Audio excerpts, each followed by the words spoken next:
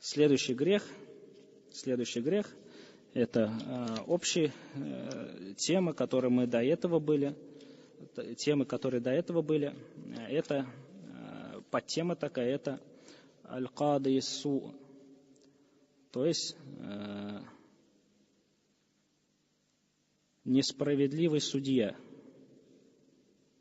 или судья, который не судит по закону Аллаха. وَمَنْ لَمْ يَحْكُمْ بِمَا أَنْزَلَ اللَّهُ فَأُولَٰئِكَ هُمُ الْكَافِرُونَ. И тот, кто не судит, не выводит решение посредством того, что не спаслал Аллах, то те являются кафирун, Аллах Та'аля говорит, неверующими. Также Аллах Субханаху ва Та'аля говорит: «Инна аллазина яктумуна ма анзаля Аллаху миналь баййинати валь худа мин ба'ди ма байяннаху линнаси фил китаби уляйка ял'анухумуллаху ва ял'анухумул ла'инун». Поистине те, кто скрывают то, что не спаслал Аллах из руководства, из истины, после того, как мы разъяснили эту истину людям в книге, то тех Аллах Субханаху ва Та'аля проклял и проклял их проклинающие. Аллах Субхану Тааля в этом аяте говорит о том, что когда человек выводит решение, или же считая законы, которые не являются законами Аллаха, лучше, чем законы Аллаха, или же он считает то, что законы Аллаха вообще неприемлемы, это было средневековье, это для нашего времени неприемлемо и так далее, то, что по этим законам нельзя судить вообще. Или же человек судит не потому, что ниспослан Аллах, по причине того, что он хочет наказать преступника, но при этом не считает, что этот закон лучше, чем закон Аллаха, и считает, что закон Аллаха лучше. То вот этот третий, который считает, что, например, в нашем местности, который считает, что закон Аллаха лучше, и по нему надо судить, но чтобы наказать преступника, он обращается, потому что преступник должен быть наказан. Если не полностью, как требует шариат, но хотя бы что? Частично надо призвать его к ответственности, то в этом случае это разрешается, и он не будет залимом. Потому что есть правило, если ты не можешь устранить грех, если ты не можешь устранить нововведение какое-то, если ты не можешь устранить какое-то преступление или подобные вещи, то в этом случае ты должен постараться хотя бы уменьшить их. На тебе возложится. Если есть возможность уменьшить, то шариат призывает, если ты не можешь устранить полностью, то ты хотя бы должен устранить частично.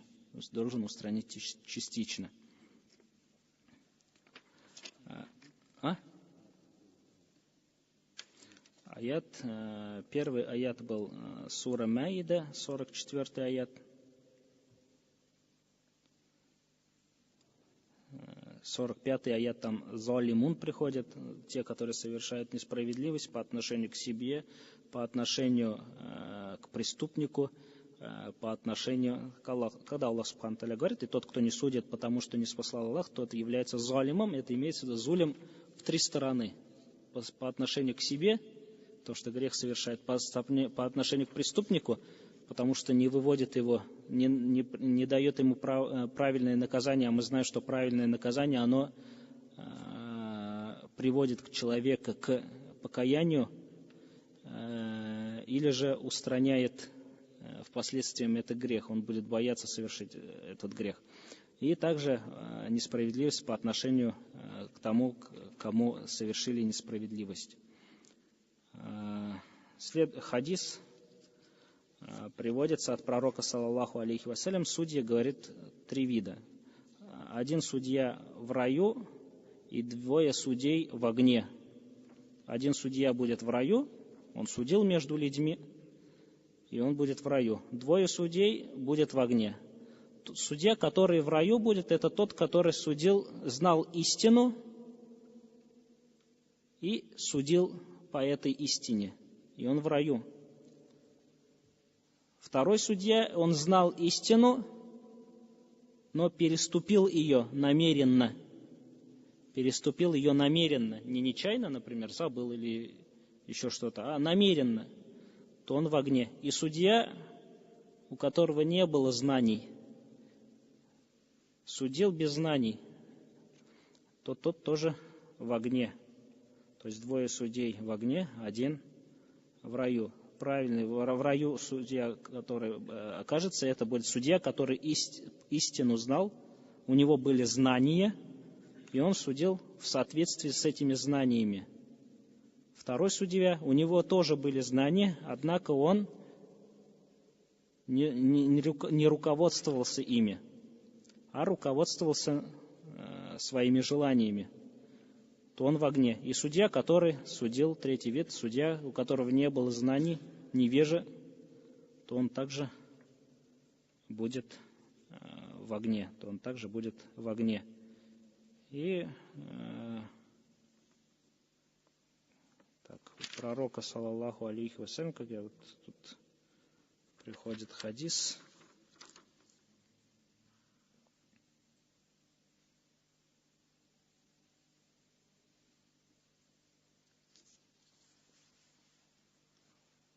Следующий хадис. Автор дальше говорит: и каждый человек, который судил между двумя людьми без знаний и без доказательств от Аллаха и его посланника, то тот входит вот в это устрашение, под этот хадис попадает. Вот этот хадис приходит. Другой хадис, который пророк, саллаллаху алейхи ва саллям, сказал: двое судей в огне и один судья в раю. И там дополнение, подвижники спросили, какой же грех на том, кто судил, не основываясь на знаниях, то есть не знал, был невежествен и выводил решение, и пророк, саллаллаху алейхи ва саллям, сказал, что его грех заключается в том, что он не должен быть судьей, пока не появится у него знаний. Он не должен быть судьей, пока... Да. Но мы же сказали, я вначале объяснил, то, что если есть возможность уменьшить грех, то в этом должен человек постараться уменьшить его. Если ты полностью устранить не можешь, то ты хотя бы должен частично устранить грех, не считая при этом, что этот закон лучше. Пророк, саллаллаху алейхи ва саллям, более общий хадис сказал, в котором не только судья входит. Этот хадис мы уже проходили. Если Аллах возложил, то есть если на какого-то человека было возложено из этой уммы обязанность перед другими мусульманами, то есть он стал судьей, он стал правителем, он стал директором, он управляет мусульманами, и Аллах возложил на него какое-то дело, и он несправедливо отнесся к ним, то Аллах опрокинет его в огонь. Даже не просто введет, а что сказано? Опрокинет его в огонь. Следующий хадис. То есть эти хадисы мы уже проходили в других уроках, поэтому мы кратко все пройдем. И он говорит: однако, если судья проявил усердие, основываясь на знаниях, и в соответствии с доказательством, которое у него есть, и не судил только по своему мнению, а основываясь на знаниях, основываясь на доказательствах,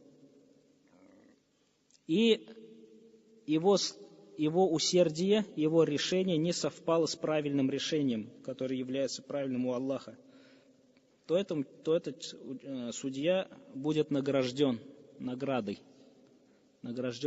за свое усердие. Он, основываясь на знаниях, решение вывел, однако решение оказалось неправильным. то этот судья или этот человек, или этот ученый, хаким, скажем, муджтахид, будет награжден наградой. Если же его слова были соответственны истине, то в этом случае он получит награду за соответствие истине и за то, что он проявил усердие.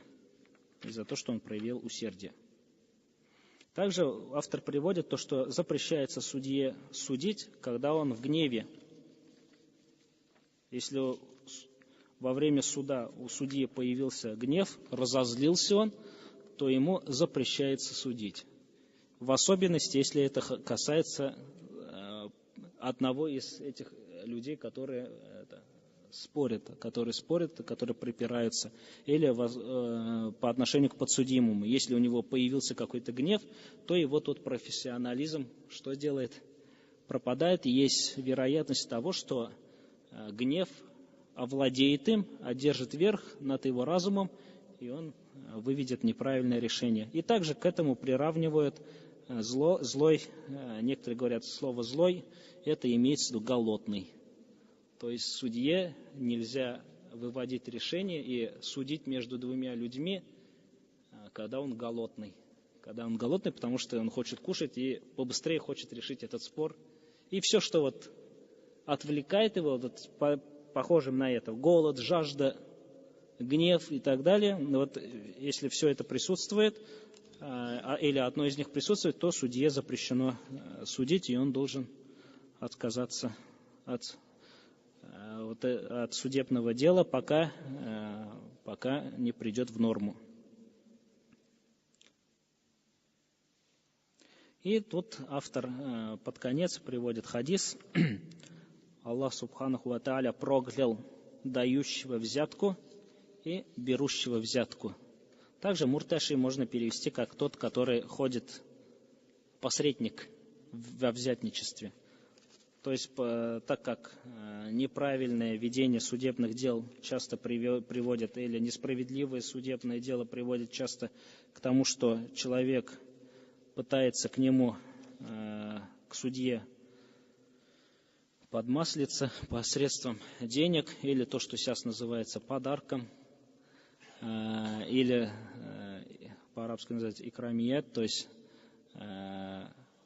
хорошие отношения по отношению к судье, то это все запрещено, и Аллах Субханаху ва Тааля проклял. Как мы до этого проходили также, если человек работает где-то, у него есть какая-то обязанность перед людьми, и какой-то человек посредством своего джаха, посредством своего положения среди людей, или посредством денег, посредством подарка, или посредством каких-то посредников хочет без очереди влезть, например, чтобы его без очереди пропустили. И это часто происходит даже среди мусульман. Заходят, например, в больницу к человеку без очереди, потому что врач – это его друг, его сосед, друг его жены и так далее. И без очереди что? Проходит. Хотя перед этим у этого врача есть обязанности, есть положенная очередь, и все имеют право на это, и ты обходишь эти права людей и заходишь без очереди. Это также входит как во взятку. Тоже, когда человек, когда он является, то есть работает где-то, когда берет инструменты или берет вещи, которые не принадлежат ему, а принадлежат, например, коллективу, принадлежат офису, принадлежат этой работе, и он берет пользоваться себе или вообще забирает полностью. Даже если это ручка, это все это запрещено. Как пророку, саллаллаху алейхи вассалям, это все берется от хадиса, где пророк, саллаллаху алейхи вассалям, установил человека для сбора закята, и после того, как этот человек собрал закят и сказал: это закят, это мне, это вам, а это мне бы подарили во время сбора. Подарили подарок. И пророк, саллаллаху алейхи вассалям, встал на минбар и сказал что мы устанавливаем человека на работу, нанимаем на работу, и он приходит и говорит: это вам, а это было мне подарено. Почему же он не сидел у дома своего отца и матери и не ждал, пока не придет к нему подарок? То есть ему подарили по причине его профессии. То же самое подарок учителям. Например, это когда человек дарит учитель, который ставит ему оценки, который ответственен за его диплом, ответственен за его свидетельство, ответственен за его вот эту учебу, и получает зарплату этот учитель, и дарит подарок этому учителю. И, естественно, как пророк, саллаллаху алейхи вассалям, сказал: дарите друг другу подарку, и вы будете любить друг друга. То есть подарок приводит к любви, приводит к склонности. И вот этот подарок будет причиной того, что учитель будет склонен, благосклонен к своему ученику, и будет уже не по справедливости решать, и оценки ставить, и обучать его. И поэтому вот даже, например, как в фетвах приходят, учитель подарки не имеет права брать, если только этот подарок не был дан после того, как человек получит диплом. Ну, там обычно не дарят, потому что все уже ушло.